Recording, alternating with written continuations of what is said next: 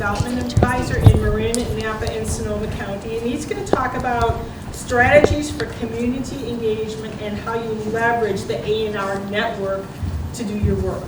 And just before you start, I would say that throughout the course of my career, it's rare to work by yourself. And to leverage that ANR network is really not only critical for your success, but also really rewarding, because it really helps you develop as a professional as well. So thank you, Stephen. Okay, thank you. Good morning, everyone. Like Lynn was saying, I'm Stephen Worker, a 4-H advisor up in the San Francisco North Bay. I've been there for about 9 years, and then previous to that worked in this building for a dozen years or so in various positions, and actually in the building before this. I hired Stephen as a student. She did. Never left. I was Lynn's student assistant in the year 2000, a long time ago. So they asked me to give a short talk on community engagement, both your local communities and your clientele, and then the ANR network, the Cooperative Extension Network. So I've tried to pack a lot into a couple of these slides. I've also tried to put in a few jokes, so we'll see how they hit. While the slides are mine, the jokes, I asked ChatGPT to develop them. So they're kind of hit or miss on some of them here. Why did the new advisor bring coffee to every meeting? Because their grounds for strong relationship always starts with coffee. There we go. So my first slide is more about sort of the positioning, or how I see the positioning in cooperative extension. So I offer this sort of continuum. Of course, it's a false dichotomy, right? And but it has some rhetorical value, I think. There's two different ways that cooperative extension in its 100-plus year history has sort of seen itself, or individual academics have seen themselves. Some see themselves as the experts, right? They do work for communities. On the other side of the continuum, we have academics that see communities as partners. They tend to be conveners, facilitators. And what I'm suggesting is that one of these helps build trust with local communities a little bit easier and better and quicker than the other. That tends to be the right-hand side. And the story I always tell is you can tell sort of which way an academic in the system sort of leans by how they approach a workshop or a conference, right? The one on the left tend to go to the conference, give the talk or presentation, and then leave. The one on the right tends to go help set up the tables. They're there networking during lunch, and at the end of the day, they're helping us clean up the tables and having like the informal, what I call parking lot conversations as people are leaving after the meeting. And the way on the right, I would argue, is you're going to be able to build trust and dependability a little bit quicker and faster with your local communities and clientele than you would if you just come in and position yourself as the expert. When I first got my position in 2016 in the North Bay, I had finished my graduate degree, had the 3 letters after my name, right? I thought, oh, people are going to come to me. My communities didn't care. They care about the dependability, the relationships, the trust that are built over years. They didn't care about the 3 letters after my name, right? So just think about that as you approach your cooperative extension career in your work here. And actually, the story I have is I have 2 different name tags. I have this one when I'm working with my clientele, and when I have a on-campus meeting, I wear the other name tag that has those 3 letters, right? So being intentional about how you position yourself in different groups. All right, the other joke. We'll see if this hits or misses. We're stewards, problem-solving catalysts, collaborators, and educators. Basically a one-person Avengers team, but with more spreadsheets.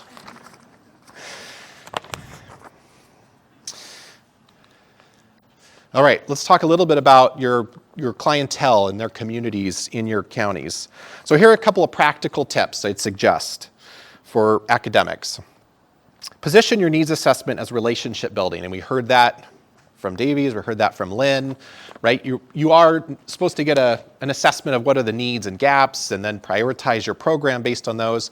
But in your first 6 months to a year of your position, you're going to lay the groundwork for your future career when a grant opportunity comes up, and you need to be able to call a partner because the grant's due in a couple of weeks. And if you have good relationships, they'll be ready to jump on board with that grant. You won't have to do a lot of that footwork.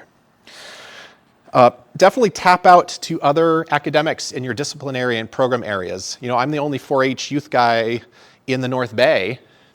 My colleagues are doing integrated pest management, livestock range, weed science. So I find more feedback on problems of practice and challenges that I've encountered by reaching out to other 4-H advisors around the state. And the same may be similar to your work as well. So feel free to reach out. great sources of secondary data, so you don't have to necessarily collect your own in all cases.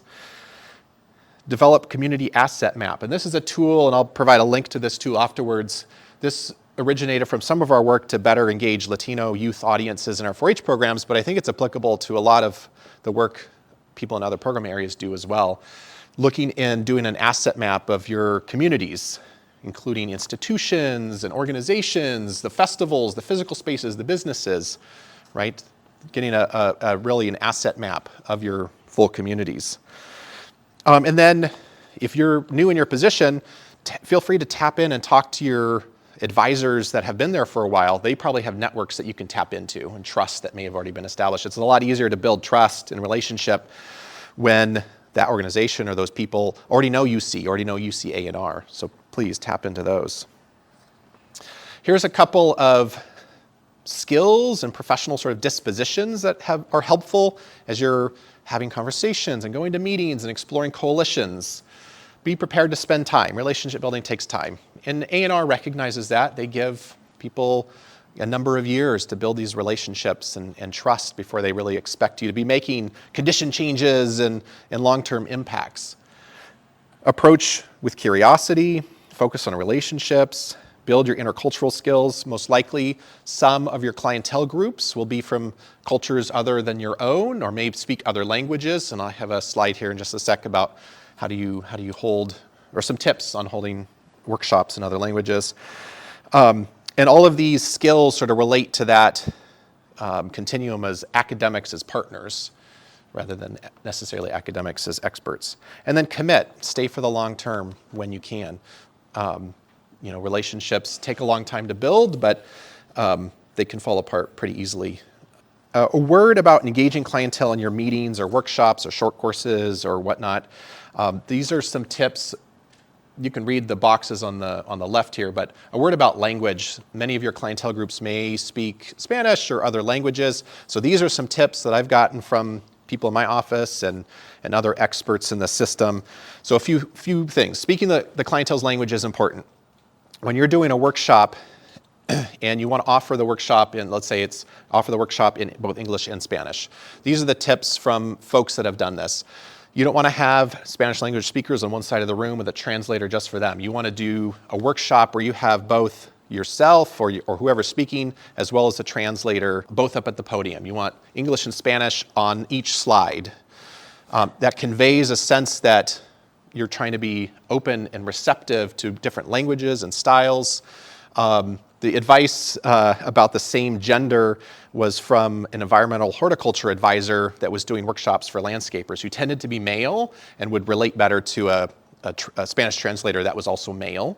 So just thinking through those aspects. What else do we have here? For technical terms, particularly for this environmental horticulture advisor, there were some technical terms when they were working with landscapers. Have those ready ahead of time on a laminated sheet. The translator that you either have in-house or you have to hire or ask to volunteer may or may not be familiar with some of those technical terms, so having them there ahead of time. So given the time restraints, I'm not going to go over the rest on this slide, but I think they'll be available afterwards.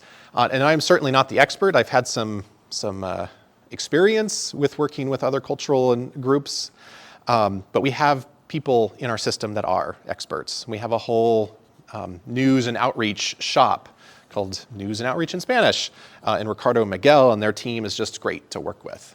So we have those resources available. So that's a few practical tips about working with your clientele and community, both the practical tips as well as sort of your own dispositions and the way you approach it. So let's talk about leveraging our network. You have the fortune and the disadvantages of now working for a large bureaucratic institution, right? UC is slow moving, tends to deliberate and take its time on a lot of these things, but you also have the backing of a really large institution as well as a network of 106 other land-grant institutions around the country. So 2 slides. One is who's in the network, and then how do you get tapped into other people in the network. But first, how do you find the right collaborator in ANR? Same way you find good tacos. Ask around, try a few, and trust your gut. So who's in the network? So in UC ANR, there are going to be advisors in other counties with similar programmatic areas as you. feel free to reach out, email, call. At least in the networks I'm in 4-H and youth development, we go to the same meetings. People are always willing to share their latest program review dossier. If I need some help thinking about how I present my own, they often will have the same problems of practice and challenges with communities and clientele. That is an area you should definitely tap into. The statewide programs and institutes often have academic coordinators or academic administrators who tend to be great collaborators. I know a few academic coordinators are also based more regionally, but most of them tend to be based statewide and can offer support on developing grants, producing extension materials, engaging in applied research projects. And then there's some advisors and specialists at the research and extension centers. If you happen to live next to one of those are great places to have meetings, great places to tap into. In the broader UC system, there are now 5 campuses that have specialists. 5? I think there's 5 campuses that have specialists based there. 8? Okay. 5 AES campuses. 5 AES campuses, thank you. More campuses with specialists, 5 campuses with agricultural experiment station faculty, but they're part of the network, right? So I'm in a program area, youth development, that really only has 1 or 2 specialists that work here, but many other disciplinary areas have more specialists that you can tap into and their expertise.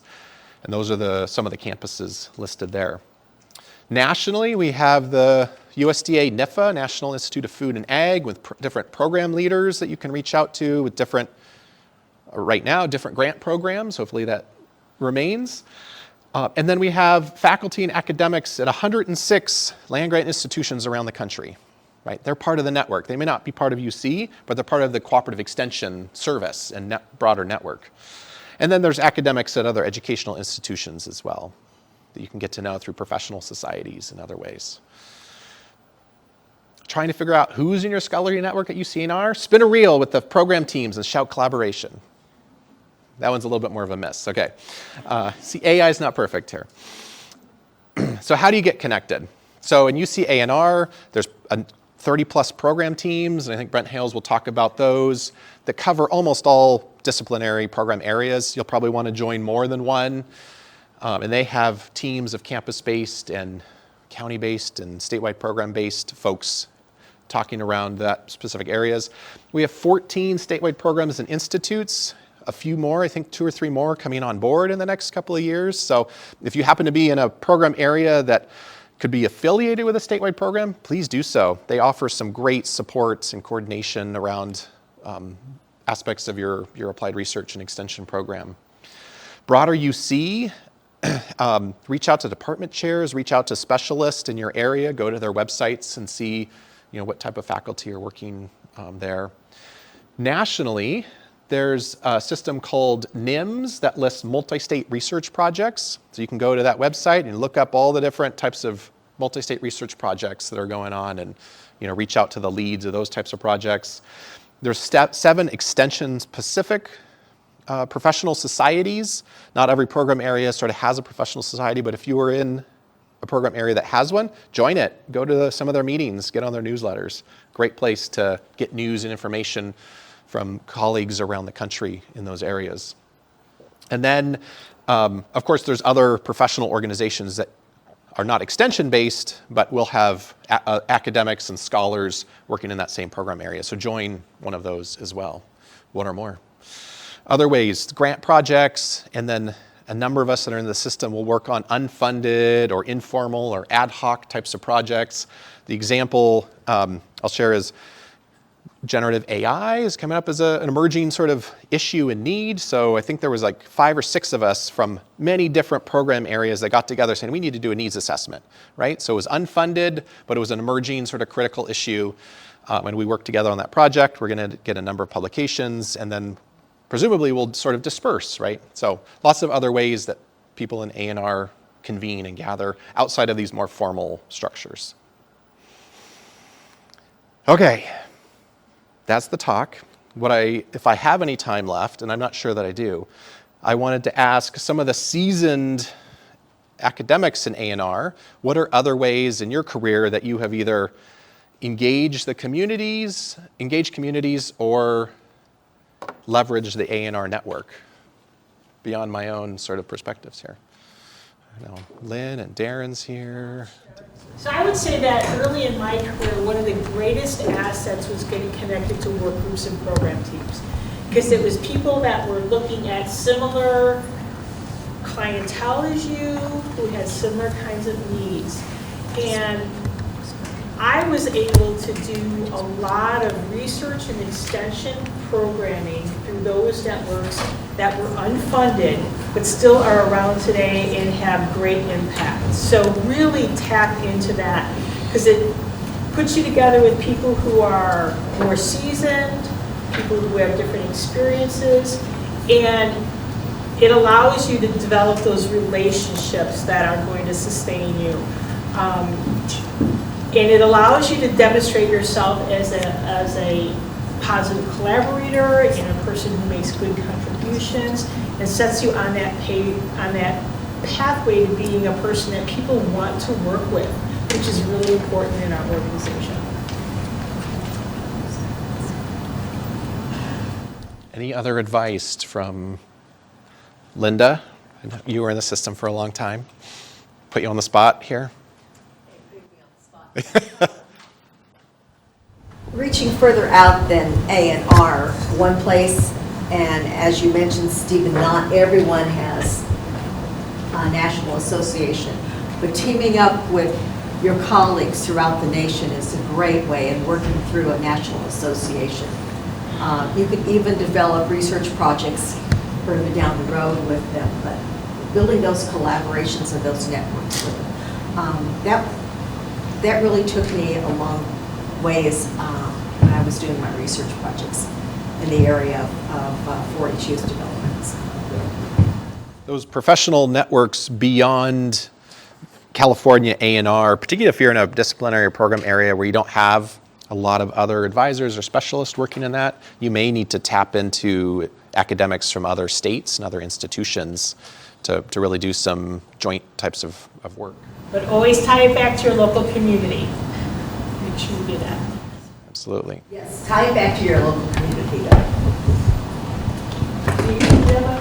was just going to add one, and kind of, so on the other side of that, I think one of the things that I've done that has been really helpful is, I attend the Cattlemen's meetings, but then they also have fundraisers and other kind of events, and so I think just really, as much as you can, kind of becoming part of the, not that I'm like part of the community, but I definitely try to attend events that they put on and show my support and interest, and I think just being there over and over and over again, they see that you're there and that they can reach out to you, and then when you do have a research project, you can say, hey, I'd love to do this research project, would you consider letting me do it on your ranch? And usually the answer is a resounding yes, please. And the reason for that success is because you are going to their meetings, their fundraisers, they know you, they know your face, your name, that you're reliable, that you're a good team player, right? So yeah, putting in that work locally to attend these meetings and develop those relationships, while it may not have sort of immediate payoff in terms of a research project or extension education, will serve you well in the years ahead. Okay, well, thank you. I appreciate it.